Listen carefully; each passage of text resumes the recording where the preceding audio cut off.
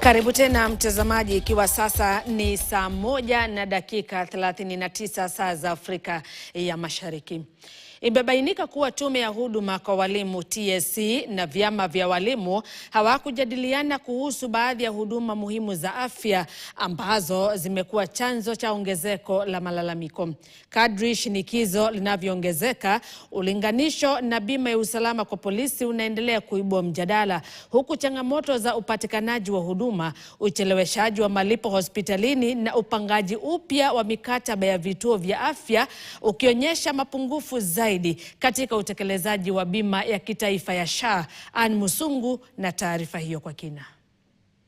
Ukosoaji unavyoongezeka kutoka kwa walimu kuhusu mapungufu katika mpango wa mamlaka ya afya ya kijamii yani SHA, taarifa mpya zinaonyesha kuwa baadhi ya huduma wanazodai hazikujumuishwa wakati wa mazungumzo na wawakilishi wao.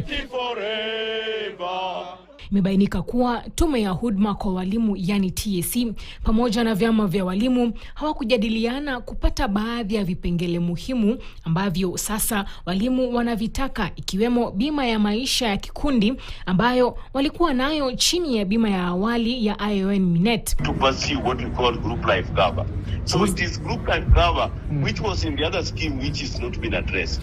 Swala hili limeibuka wazi baada ya polisi na maafisa wa magereza kuingizwa kwenye SHA kupitia mpango wa usalama cover. Tofauti na wao, mpango wa walimu cover, ingawa bado unatoa huduma muhimu za matibabu, unaonekana kukosa baadhi ya manufaa ya juu, hata kama mipango yote ipo chini ya mfuko wa matibabu wa watumishi wa umma ulio ndani ya mfumo wa SHA.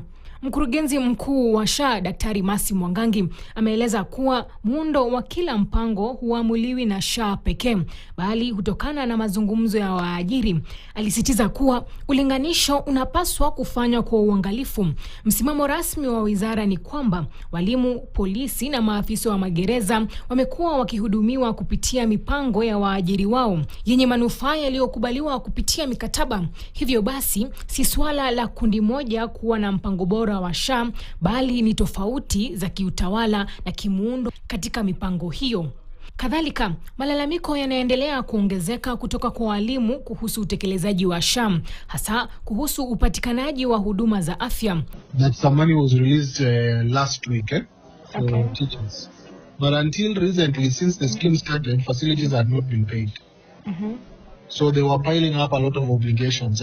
Kwa upande mwingine, SHA ilieleza kuwa imeongeza kwa kiwango kikubwa idadi ya vituo vya afya vinavyotoa huduma kutoka takribani 800 hadi zaidi ya 9,000 kwa walimu. Hata hivyo, kwa sasa inaendelea kufanya mikataba mipya na vituo tofauti, hatua ambayo huenda ikapunguza idadi ya vituo vilivyoidhinishwa. Ann Musungu, KTN, Nairobi. Bado tukiendelea, wasiwasi unaongezeka